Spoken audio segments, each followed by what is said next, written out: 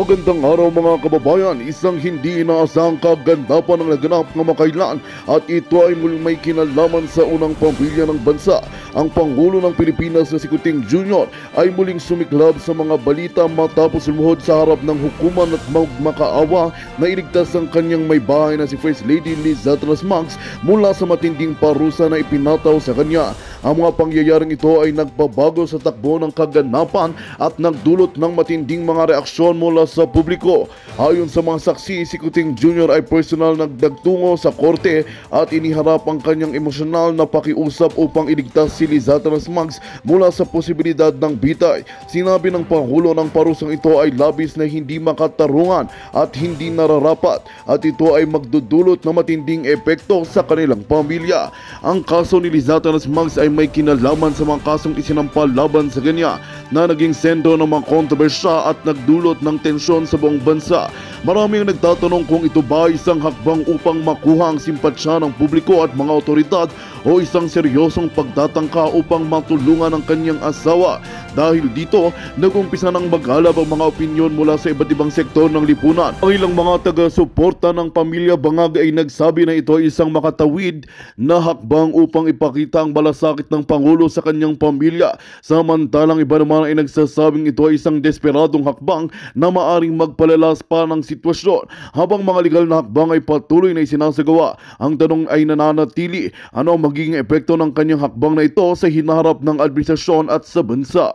At yan nga ang balitang ating pakakatutukan. Ngunit bagong lahat, siguraduhin mag-subscribe at i-hit ang notification bell para sa patuloy na pagtutok sa mga silip ng bagong balita sa tunay na boses ng masa.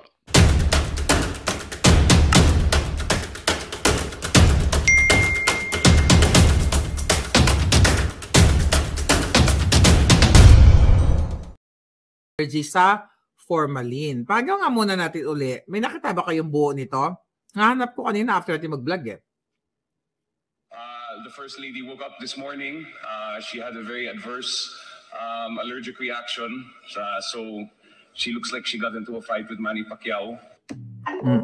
So TikTok lang, short tayo nakita natin . Okay? So nagkaroon doon ng adverse effect ang face lock ni Liza Tanas at nagkaroon nga daw ng allergic reaction. Kaya kanina, natanong ko sa inyo, yung mga doctors and nurses here, na may idea o may, hindi may idea, may alam talaga, knowledgeable pagdating dito sa allergic reaction o kung ano yung allergens ba na tumama sa kanya.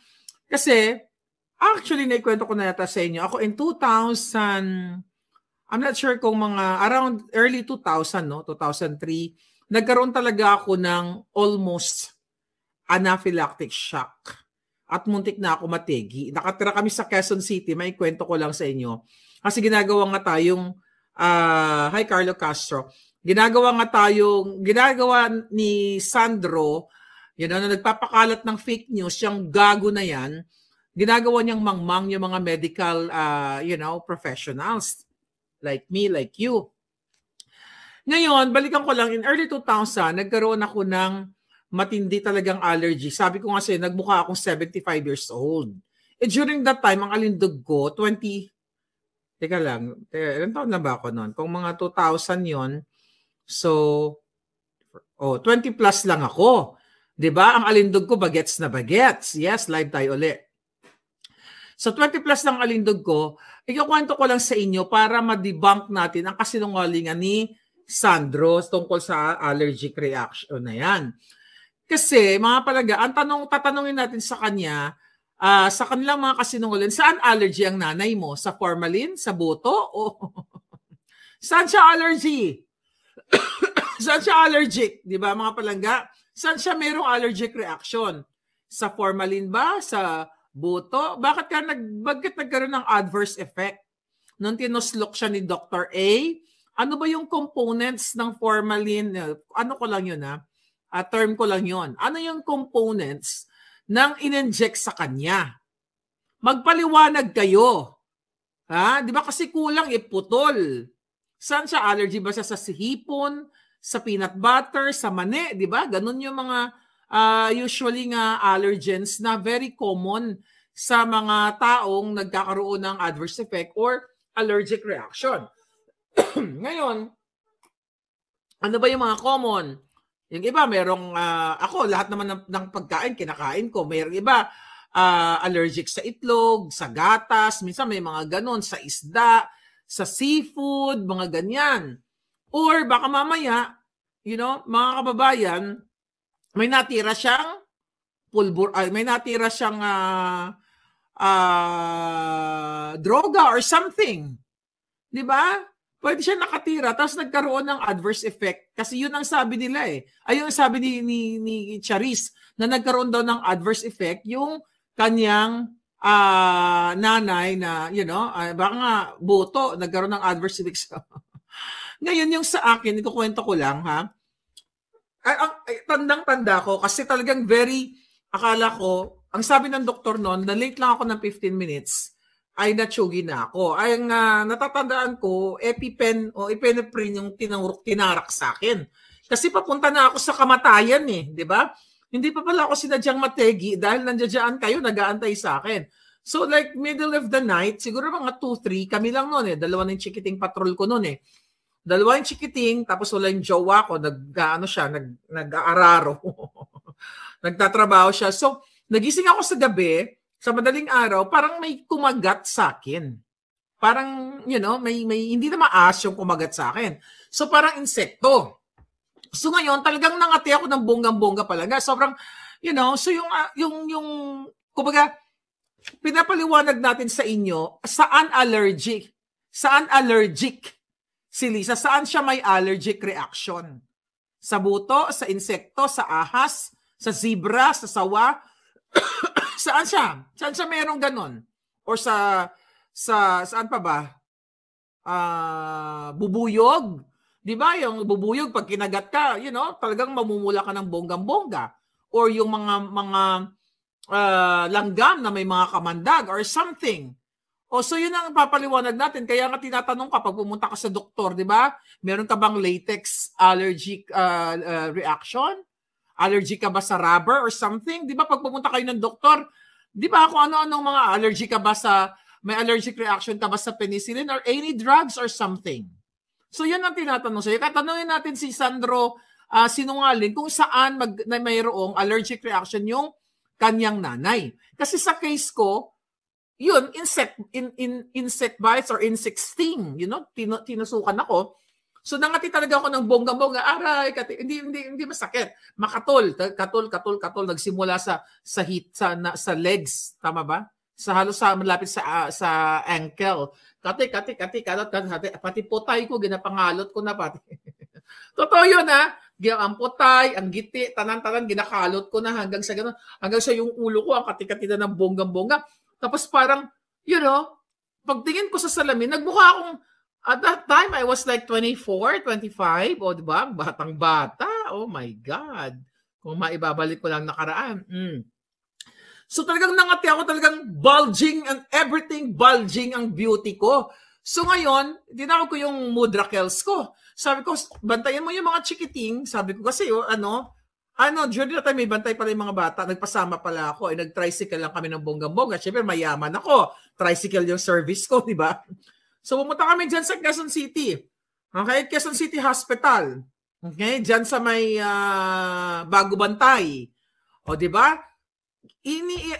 In-injectan ka agad ako ng ipiniprin ng doktor. Kaya, syempre, kasi yung adverse effect na tinatawag mga palangga, pwede ka talagang malagatan ng hininga anytime. At saka yung itsura ni Lisa Tanas, if you talk about adverse effect, yung condition niya, severe yun. Napanggit pa ni Sandro na severe? Tika lang ha, sandali lang ha. Sabi ng gago niya, tignan natin. Sinabi niya ba severe? O, tignan natin. Ba't nawawala na naman to? Oh, wow. Tama mo? Ba't nawala yung mga message ko? Oh my gosh. Ito talagang problema. Kaon lang natin to dito pala sa kabilang phone. Dahil hirap kasi ng maraming signal. Ay maraming telepono. Okay, tignan natin. Pakinggan natin kung sinabi niyang severe. The First Lady woke up this morning. She had a very adverse reaction. Severe. Okay. So anyway, di ba? So, based on sa statement niya, malala. So kung meron siyang malala, mga palangga, hindi malala na adverse effect na sinasabi niya o na allergic reaction, dapat wala siya dun sa event na yun. Kasi bulging na yung pagmumukha niya eh. Yung mata niya and everything. So yan ay delikado na yun, mga palangga, at pwede siyang mategi. Life-threatening yun. Kaya nga, di ba ako, sabi ng doktor, sabi niya kung na-late ka lang ng 15 minutes, sabi niya, tegi ka na. Buti na lang, during that time, di ba, that was early, wala pa akong idea sa nursing, di pa ako nag-aaral nung time na yon. So, kung 2000, siguro mga 2002, 2003. So anyway, mga kababayan, tandang-tanda ko ang sinabi sa akin ng doktor, buti pumunta ka. Dahil kung na-late ka lang ng 15 minutes, tegi ka na. Pero kay Lee Satanas, para siyang binugbog. Sabi nga niya, sabi nga ni Sandro, parang nakipagbubugan siya kay Pacquiao, di ba? Bakit nandoon pa siya nag-party-party? Ibig sabihin, tanga yung mga doktor, yung mga nakapaligid sa inyo, yung Malacanang mga doktor sa Malacanang, yung mga nurses ninyo na binabayaran, ibig sabihin walang alam na life-threatening condition ang nangyayari sa nanay mo kung meron siyang allergic reaction to whatever, to boto, to formalin, to bee sting, or insekto, or chemical, or whatever, food and everything, airborne, whatsoever. Ginagawa niyong mangmang. Kaya ngayon gusto niyong i-regulate ang social media, katulad sa akin, yung nga bells ko. Kasi nakaka-counter yung mga kabaliwan ninyo. Ikaw, Sandro. Di ba? May tinawagan kang kaibigan mo. I don't know kung kaibigan mo o jowa mo na, kasi may jowa yung girl lalo na artistang sikat-sikatan ngayon. Na malamanhika. Di ba? Na nahuli sa Singapore na nagpupulburon. Manahimik ka nga, Jutang Ginemes ka. Ayun na natin pangalanan yung mukhang manika. Kasi nga, wala namang kanalaman sa politika. Pero di ba, tangina mo, gago kasi nungaling ka, sasabi mo may adverse effect ang nanay mo. Yung tinawagan mo sa Singapore, gusto mong areglohin yung mukhang manika mong kaibigan dahil nahuli, dinrug test sa Singapore. Ngayon, doon? Ban na forever sa Singapore. Ginagamit mo yung power mo, di ba?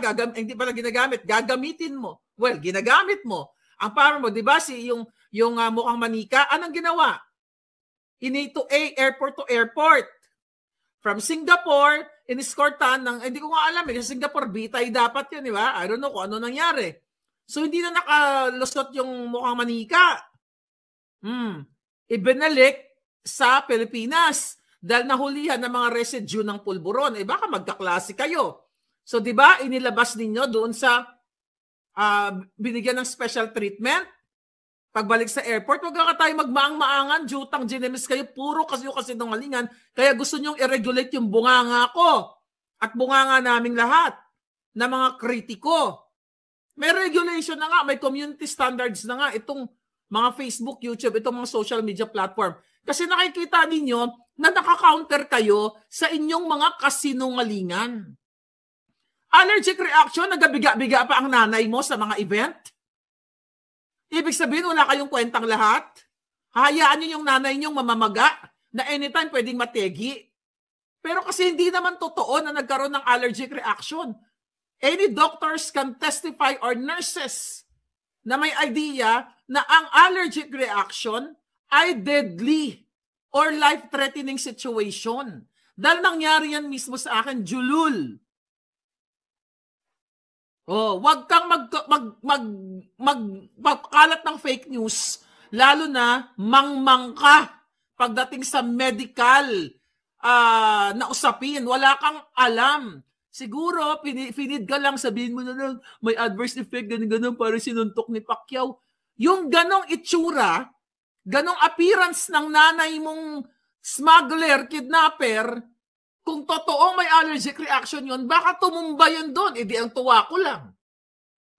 Di ba? Ang saya-saya ko lang. Tumumba yung nanay mo, smuggler, kidnapper, kawatan, tsoktsakera, may pa-crush pa kay John Vic. John Vic, patulan mo ba ang giti niya? Nga Koreanot? Ay, ewan ko sa'yo. Sayang naman yung pulidong-pulidong, pulidong-pulidong retokadong kepay. Kung matino kayong mga walang iya kayo, kung totoo na sinasabi ninyo, hindi ba dapat pinahingan nyo yung nanay nyong sa hangol-hangol sa buto, gusto magsiyop-yop? Ay, nako. Gusto gid niya magyop-yop sa buto, hangol-hangol. Tanay, ipapahuway ninyo. Mga linti ka mo? Di ponggol. Nanay mo, dalok-dalok sa buto daw. Gusto gid permi magyop-yop. Tignan mo. Kasi mga palangga, yung manifestations o yung ipinapakitang yung appearance ng kanyang pagmumuka na namamaga dito, namamaga ganyan, di ba? Patso niya, namamaga lahat. Pwede kang mamatay anytime. At yan, ano yun talaga, dangerous situation yun. Kasi nga, di ba sabi ko kanina sa vlog natin, pwede mag-constrict, i-block yung iyong hininga. Ay, patay na si Liza. Hindi na makakabot sa, hindi na siya makayup-yup sa buto, di ba? Kaluoy man. Kasi maapektuhan talaga yung breathing ano mo nun. Yung paghinga mo. Oh, ano pinagsasabi mong severe reaction ka, jotahan? Kitang-kita na tinuslok siya ng formalin ni Dr. A. Kaya wag kang yung magsisinungaling. Jutang ginemis kayo, kaya gusto nyo kaming i-regulate dahil na nakaka-counter yung mga kasinungalingan ninyo. Mabilis po yan ang allergic reaction na yan. Alam nyo yan, baka maaari iba sa inyo dito nakaranas, di ba? Kaya ako, tinulsok kaagad ako ng ballpen. Di ba? Ng EpiPen.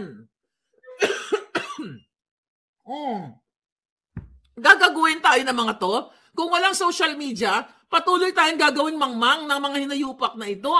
Kaya nga galit na galit sila sa atin ngayon kasi mga kababayan, nasusupla natin yung kanilang mga kasinungalingan.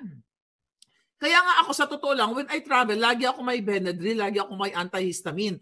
Kasi nagkakaroon ako ng, wala akong allergic reaction sa food kasi lahat kinakain ko eh. But there are times na may kinakain ako na nangangati ako. I don't know, hindi ko siya wala din ako allergic reaction sa mga gamot. But anyway, hindi pa naman ako nagagamot sa buhay ko. I'm so freaking healthy, 100%. Never pa ako na-confine sa hospital na, nakaratay talaga for this reason, So, well, wala akong alam na mayroon akong allergic reaction sa kung ano man mga gamot. Pero ako talaga, yung nakagat ako ng anaconda. Si Lisa yata yung kumagat sa akin eh. Anyway, mga palangga, so the reason why, okay, may paparinig tayo ngayon sa inyo. Yeah? Sino nagkaroon ng before ini-inject ang gamot, may skin test muna like antibiotic, Jake Anderson? Exactly! Yes, may skin test. Good for reminding me. So ang question, saan nga nagkaroon ng allergic reaction si Lisa Tanas? Sa buto ba? Sa formalin ba? Sa sinaksak ba ni Dr. A sa kanya? Dahil gusto niya magpa-cute kay John Vic dahil crush niya? Oh. No, nurse din si Jake Anderson. Thank you, palangga. So yun sinasabi natin, tapos ngayon, ginagago kayo. Kasi ngayon, kakapanood ko lang yung lukarit nilang spokesperson dyan sa Malacanang, wala silang ibang topic, Duterte, slight ng Duterte, at tayo na naman ang target nila na talagang pag-aaralan daw ng Kongreso na i-regulate ng gobyerno ni Bangag na i-regulate ang social media para daw hindi tayo magpapakalat ng fake news. Ngayon, mga kababayan, itong mga vloggers, tina-target nila at hindi lang po vloggers na kritiko ni Bangag ang dapat i-regulate kung gusto nilang i-regulate. Pero wala silang karapatang i-regulate yan. The purpose of that regulation is censorship. Ang daming mga vloggers na kumikita like yung mga entertainment vloggers na ang ginagawa nila puro kasinungalingan. Nagpo-promote ng mga pampabeauty and everything ng iba dyan, hindi naman license. At iba nakakapinsala ng kanilang pagmumukha. Diba? Yung ang dami ngayon, nagbibenta-benta ng mga nagbibenta-benta, trollbuster ng mga, I don't know, yung mga nagbibenta ng mga, kung ano mga papabeauty, halos lahat nagbibenta ng papabeauty. Yan dapat ang regulate ninyo. Tama ba yan? Yung mga binibenta ba nilang pampabeauty na mga vloggers na yan? Dumaan ba yan sa DFA? Ay, sa DFA. Sa Bureau of FDA. Diba? Beauty Food and Drug. Oh. Ano? Kasi mga kababayan, gusto nilang i-regulate. Tignan natin, binalikan ko kasi ito.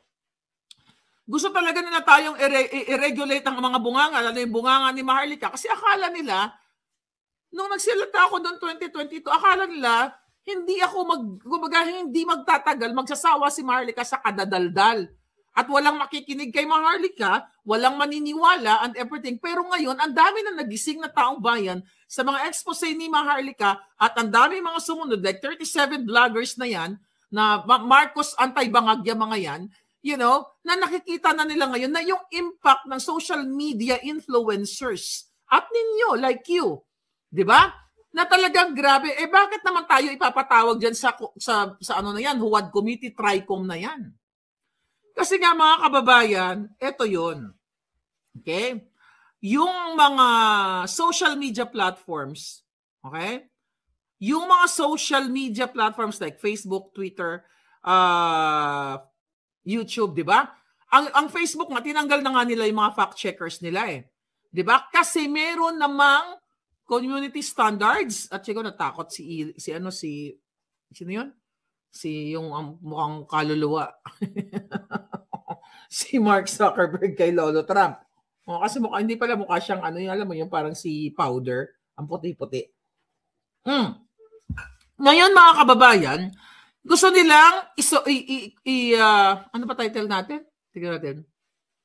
Gusto nilang what? I-censor ang ating mga bunganga. Gusto nilang i-censor ang ating freedom of speech. Ang Facebook, lahat ng mga social media platforms na yan, may mga community standards na yan, kung saan mga kababayan ay mayroon silang automatic or paano ba nila inaano yan? May program sila na kapag hate speech or whatever or violence ang mga speech na yon, ay mayroon silang nakaakma na control yan. Ngayon, babalikan natin si Barbers. Barbers, ikaw, buwa ka ng genemis kang ginayupak ang Okay? Naalala mo, noong February 20, nung binuli mo si pangalan nito, yung kaibigan ko. Kaibigan ko yan eh. Si pangalan nito, andito kanina. Ni Palangga. Okay, nandito.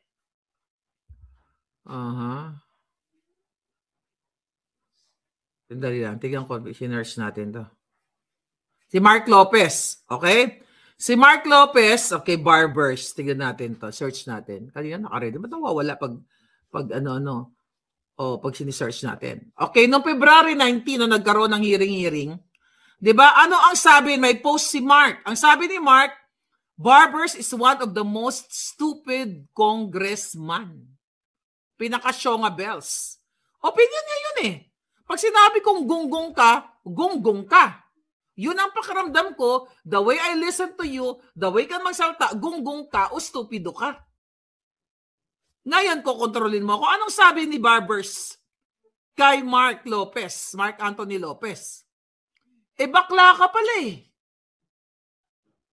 Derogatory yun. Yan ang pinagbabawal ng Facebook, ng YouTube na merong diin kasi inaatake mo ang gender ng isang tao. Tapos sabi pa ni Barbers, fuck yan. Ito pakinggan natin. Sabi niya, itong eksakto niya, sinulat ko. Sabi niya, bakla ka pala eh. Fuck din yan. Sabi niya, I'm just stating the facts. Sana nga file ni Mark to ng kaso si Barbers eh. O yung mga ibang mga vloggers yan palangga. Paano naging fact na jokla si Mark? Dahil sinabi lang ni Mark Lopez na gunggong ka, ay na stupido ka, Barbers, sabi mong bakla, tapos nilagay mo you're stating the facts. Saan? Anong patunay mo na pokla siya? Sinopsop niya ba ang boto mo? Di, sinungaling ka. Ito yung derogatory na tinatawag. Pero kay Lisa Tanas, wala nang epekto yung mga derogatory, yung mga torjak natin sa kanya. Dahil kitang-kita naman yung itsura ni Lisa Tanas, talagang, yun ang sabi ko nga, nilagpasan pa si Satanas. Ngayon, ito to. Pakinggan natin to. Mark Anthony Lopez, no, posted, sabi niya, aside from Duke Frasco, the Congressman Duke Frasco is our Deputy Speaker, Chris Barbers is also one of the most stupid congressman ever. Fact yan, sabi niya. Oh. Eh, bakla ka pala eh. Oh. Di ba? Pikon! Din yan. Di ba? Oh. Ngayon, stupid ka din. No, sorry, no, but I'm just stating a fact. I'm just stating a fact now. Mr. Chair, no? Fuck. Eh, Pakunta ka eh. And that's the way they do things eh. Diba? That's the way they do things. Pikon na pikon. Pikon na pikon sila. Mga buwaka ng Genemes. Kung sinabi kong malawit si Lisa Tanas, kurot-kurot ang kanyang giti. Sa palagay ko, kurot ko ano, yung kanyang giti. Koreanot. Hindi ko naman nakita yung giti niya. Kadiri, ano, EL. Di ba nakita mo kung gaano sila kapikon sa atin? Kaya gusto nilang i-regulate yung bunganga ko at bunganga ng mga Duterte. At now, sa katatapos lang na press conference, okay, ni Lucaret. Oh, ang mga tanong doon, tinatanong siya tungkol doon sa, let's say for example, tignan natin to. Pag may mga tinatanong patungkol sa, katulad ng tanong kayo sa kanya na, oh, ano po bang masasabi, may sabi ng mga reporters na nagtanong, meron po ba kayong feedback doon sa pagtanggal kay Presidential Security Command, you know, na si Nelson Morales? At meron po ba kayong information sa pagsomon ni Bangag kay PNP Chief Marbil? Sabi niya, no details siya. No details. Hayaan ninyo, kapag mayroon tayong detalye, sasabihin namin kaagad sa inyo. Kapag mga importanteng malaman ng taong bayan kung bakit tinanggal, anong reason, anong ni Marbil, wala siyang alam. Puti ngayon, siguro pinagsabihan siya, dati puro opinion niya. Wala siyang alam, wala kang alam, Lucaret Castro. Pero pagdating sa Duterte, kasi may mga katanungan doon na parang kinag-question yata yung pag-donate ng mga Chinese spies o mga Chinese, you know, like allegedly mga...